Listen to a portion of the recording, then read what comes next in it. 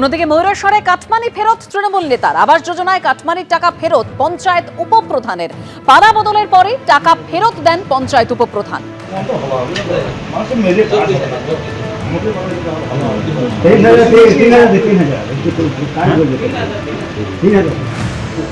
তোলাবাজির অভিযোগ, চণ্ডীতলায় গ্রেপ্তার তৃণমূল নেতা। পুলিশের জালে প্রাক্তন জেলা পরিষদের সদস্য সুরজিৎ মণ্ডল।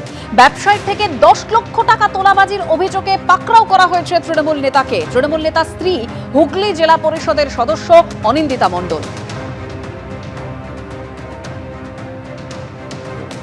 হাতে অস্ত্র নিয়ে ছবি, মালদায় গ্রেপ্তার এবার তৃণমূল নেতা।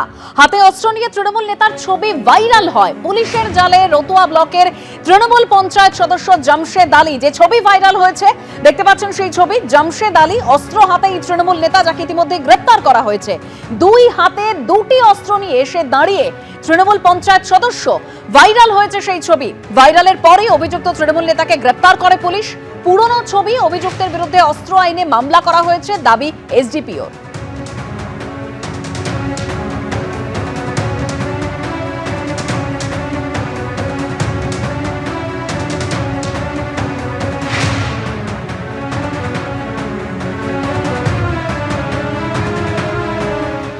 হাতে অস্ত্র নিয়ে ছবি, মালদায় গ্রেপ্তার তৃণমূল নেতা। হাতে অস্ত্র নিয়ে তৃণমূল নেতার ছবি ভাইরাল হওয়ার পরই এই তৃণমূল পঞ্চায়েত সদস্য জামশেদ আলী, তাকে গ্রেপ্তার করা হয়েছে। দু হাতে দুটো অস্ত্র নিয়ে দাঁড়িয়ে তৃণমূল পঞ্চায়েত সদস্য। এই ছবি ভাইরাল হয়েছে এবং তারপরেই গ্রেপ্তার।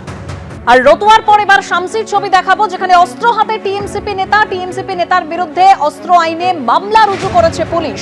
অভিযুক্ত শামসি কলেজের তৃণমূল ছাত্র পরিষদের প্রাক্তন ইউনিট প্রেসিডেন্ট শেখ রিয়াজুল।